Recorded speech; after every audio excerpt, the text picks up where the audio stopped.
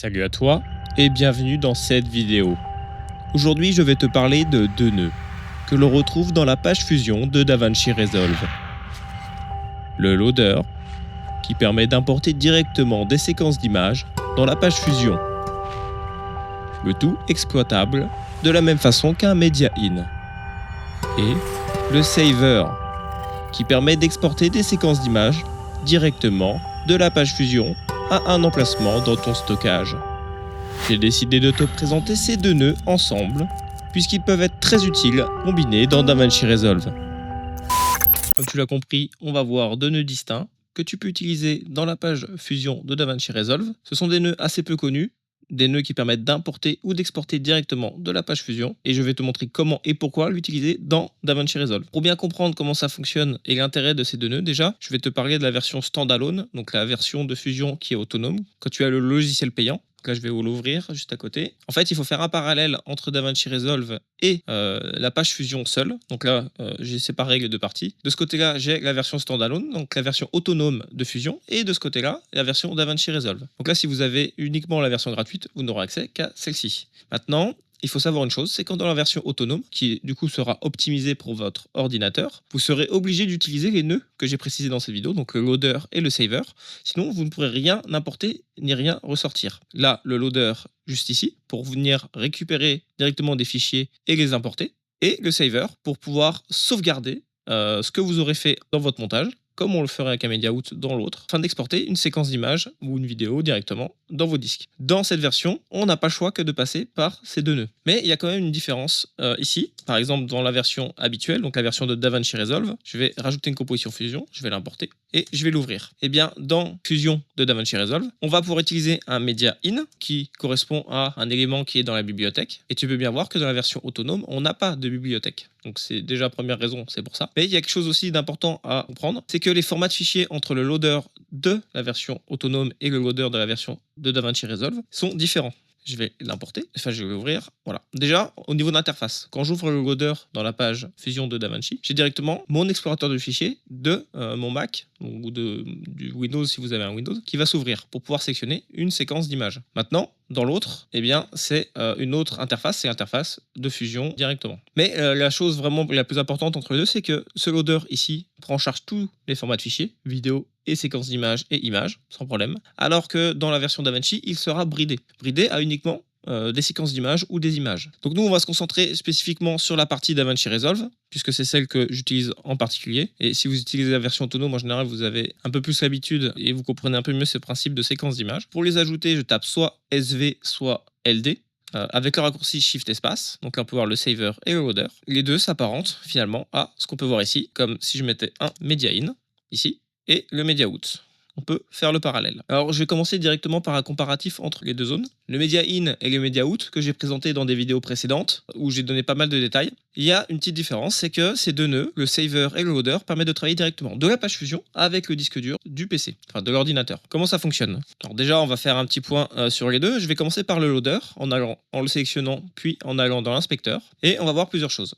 Comme dans tous les nœuds de Fusion, on peut voir le Media In avec différents onglets. Le loader, c'est la même chose, il a différents onglets. Le premier qui, lui, va définir un chemin direct jusqu'au fichier qu'on veut importer. Donc comme je l'ai dit, on peut importer uniquement des séquences d'images. Je vais charger une vidéo de 5 secondes qui est au format Apple ProRes, et quand je l'affiche, rien ne s'affiche, ça ne fonctionne pas. Donc c'est vraiment, c'est pas une séquence d'image, donc il ne le prend pas en charge. Par contre, si je viens charger une séquence d'image que j'ai rendue récemment avec Blender, une séquence en EXR, mon nœud est affiché et qu'une lecture est effectuée dans ma timeline, enfin dans Fusion. Donc là, qu'est-ce qu'on a? On a une séquence d'images en EXR qui se lit image par image ici. D'ailleurs, si tu peux voir, dans Blender, c'est ce projet que j'ai réalisé, juste ici. J'ai placé une caméra juste là. Et on peut voir dans Blender l'animation que j'ai réalisée avec les animations de caméra, etc. Qui a permis de faire l'introduction de cette vidéo. Afin d'exporter cette vidéo, J'ai choisi un format qui permet d'exporter dans un format de fichier qui est pris en charge dans DaVinci sans problème, mais qui va rendre les images une par une. À chaque frame, Blender va m'exporter une image, un EXR, dans un dossier spécifique. Et c'est ce dossier-là qui est pris en charge directement dans le loader. On va dire, mais ça sert à quoi? Parce qu'on peut aussi importer une séquence d'images directement avec un Media-In dans la bibliothèque. En effet, c'est vrai. Mais il y a un cas d'usage vraiment très intéressant dans la page Fusion de DaVinci Resolve en particulier, c'est quand on travaille avec le Saver. Le Saver, lui, a l'effet inverse. On va avoir une composition que l'on a créée dans DaVinci Resolve, peu importe, animée ou non, avec des effets ou non. Le Saver, lui, une fois qu'on est branché dessus, va nous permettre d'exporter, comme on aurait un Media Out, mais pas dans la page montage, exporter dans un dossier. Finalement, faire le chemin inverse du loader. Ici, on peut paramétrer tout pour choisir à quel endroit on veut exporter. Par exemple, je veux l'exporter dans un dossier spécifique de mon ordinateur. On peut choisir décalage temporel d'image, en gros pour savoir si on part de la frame 0 ou d'une frame plus loin. Dans le décompte des images qui sont rendues, au lieu de les appeler 1, 2, 3, 4, 5, 6, 7, etc., on peut commencer à partir d'un numéro différent. Par exemple, on peut commencer à 1000, et après ça fait 1001, 1002, 1003. Et on peut choisir certains paramètres pour encapsuler des données, mais ça, à la limite, c'est pas ce qui est le plus important. On peut choisir le format. Si c'est en 16 bits, en 32 bits, et avec quel format de compression on veut l'utiliser. À la limite, ce que je vous conseille, si un jour vous voulez exporter via le Saver, vous faites une capture d'écran de tous les formats ici, comme ça, vous le mettez dans ChatGPT, et vous lui demandez quel est le format le plus adapté à vos besoins. Il faut savoir que certains formats ici peuvent être très lourds. Par exemple, le rendu que j'ai fait récemment de cette composition que j'ai fait dans Blender a pesait 130 Go alors que j'avais tout mis au maximum. Quelques secondes d'image, ça fait un peu lourd. Donc avec tout ça, vous pouvez optimiser le rendu par rapport à la qualité que vous souhaitez dans votre projet. Ensuite, on peut préciser les canaux qui sont rendus. Donc ça, c'est quelque chose qui dépendra de vos besoins de composition à la fin. Si vous avez des compétences en compositing, normalement, ces parties devraient vous parler. Voilà, tout dépend ce que vous voulez exporter. Par exemple, si vous voulez exporter une séquence d'images issue d'une composition 3D que vous avez réglée ici, et que dans le render de votre 3D, vous avez coché certaines passes, donc certains canaux, eh bien, ils pourront ressortir également dans votre export via le saver. Et ensuite, on retrouve les paramètres habituels. Donc ce saver-là, lui, il est intéressant pour exporter une partie de votre composition, ou même toute votre composition, en séquence d'images dans un dossier. Moi, j'utilise assez souvent, non, pas souvent finalement, mais j'utilise pour optimiser des compositions qui commencent à être lourdes, qui n'arrivent plus à se charger, même en optimisant tous les autres paramètres. Donc comme ça, une partie dont je suis sûr qui est finie, eh bien, je vais l'exporter via un saver, comme ça. Je vais exporter dans un dossier, et je vais rajouter un autre loader à côté. Donc là, je vais mettre Shift espace, LD. Je vais venir sélectionner la séquence d'images que j'aurai rendue avec le saver, et je vais le placer juste à côté, et reconnecter ceci à la place de l'emplacement de ma composition ici. Comme ça, si je veux faire une modification sur ce qui précède mon saver, eh bien, je peux le faire, refaire le rendu, et voilà. Maintenant, on peut remarquer une chose, c'est que pour rendre ce qui est fait avec un saver, c'est pas forcément évident au premier abord. Comment est-ce qu'on fait pour exporter? Là, il n'y a rien qui me dit, tiens, exporte. On n'a pas de bouton exporter. Dans la page Fusion de Fusion Standalone, donc le Fusion qui fonctionne tout seul, qui s'est ouvert à côté, on a le bouton ici Render, qui lui va lancer automatiquement les rendus de la page Fusion ici. Maintenant, dans DaVinci Resolve, on n'a pas ça. On est obligé de passer par, on sera en haut, dans Fusion, on va cliquer sur le menu, et là, on va venir rendre tous les savers. Et en cochant ici, ce qu'on a paramétré là va se rendre dans le dossier. Donc, on va faire un exemple. Je vais ajouter un texte ici, essai. Alors, je vais mettre juste un mouvement de caméra pour avoir une animation ici. Comme ça, c'est animé. Bon, c'est un peu n'importe quoi, mais c'est pas grave. On a une séquence qui est animée avec le nom que j'ai mis là. Donc, je vais choisir un emplacement d'export dans Parcourir. Je vais aller dans mes téléchargements parce que c'est quelque chose que je vais supprimer par la suite. Je vais faire un nouveau dossier, test SV, je vais appeler ça comme ça. J'ai choisi mon dossier, je fais save. Il va ensuite falloir que je paramètre le format. Je vais mettre ça par exemple et on va rester en auto, c'est pas grave. Et ensuite, je vais aller dans Fusion, rendre tous les savers. On peut voir que les rendus se font image par image. Et si en simultané, je vais voir dans mes dossiers, on peut voir que tous les fichiers se sont exportés image par image dans le dossier. Donc là, au niveau de la place, par exemple, pour cette simple rendu, ça coûte déjà 17 Go.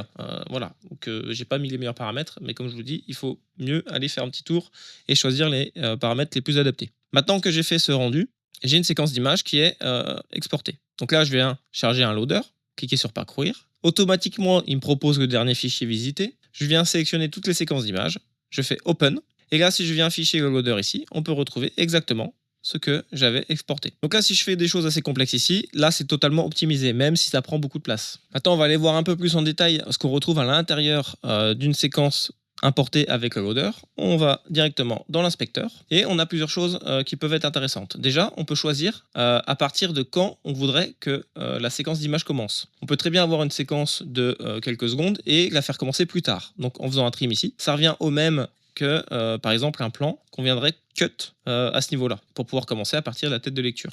Pareil pour la fin, on peut choisir une fin plus tôt. Donc par exemple si je le mets là, on peut voir que mon image va s'arrêter à la 28e image. À 28, on n'a plus rien. Ensuite, on peut figer la première image. C'est-à-dire que si je décale figer première image ici, on voit qu'une zone verte est apparue ici. Ce qui fait qu'on a la première image qui s'est répétée successivement jusqu'à démarrer à partir de la 59e image. Donc en gros ici, je n'ai aucun mouvement jusqu'à la 59e image et ça commence. Ensuite, je remets à 0 en double-cliquant ici. Pour la dernière image, donc là c'est pareil, sauf qu'on augmente à partir de la dernière image. On revoit encore du vert qui s'est ajouté à la fin. Et on peut figer la dernière image jusqu'à où on le souhaite. Ensuite, ces deux boutons juste là, inverser, va inverser la lecture de la séquence d'image. Et en boucle, va recommencer à chaque fois à 0. Donc cette dernière elle est intéressante, par exemple, si vous avez créé une animation simple mais qui revient systématiquement, ça vous évite de devoir la dupliquer ou faire des micmacs. Cette partie permet de choisir en cas de manque d'image. Par exemple, s'il y a une image qui saute, vous avez 99 qui s'est rendu, 100 qui ne s'est pas rendu et 101. Bah lui, on va voir comment il va interpréter cette erreur. Ensuite, on a des formats ici dans l'onglet importer. On peut choisir le mode de traitement. Donc là, il y a plein de choses qui concernent des cas spécifiques qui sont assez avancés, par exemple les images entrelacées et d'autres choses. Donc vous pouvez tout paramétrer ici.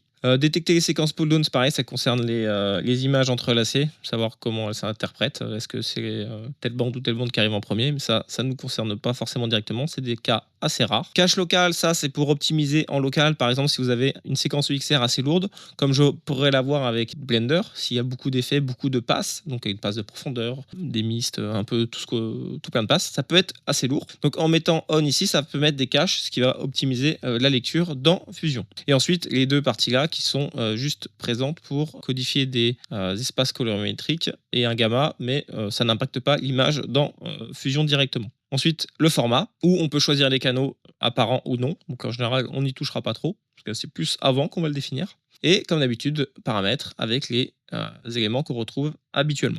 Donc j'ai pas besoin de t'en dire plus dans cette vidéo, puisque dans le Media In, j'ai abordé pas mal de choses qui finalement rejoignent ce qu'on peut faire avec un loader, notamment l'utilisation des couches avec les passes, avec la passe de profondeur par exemple. Merci à toi d'être resté jusqu'au bout de la vidéo. N'hésite pas à laisser un commentaire, à liker ou à t'abonner si ce n'est pas fait, afin de me faire savoir si ce type de contenu te convient. Et à bientôt dans une prochaine vidéo. Ciao!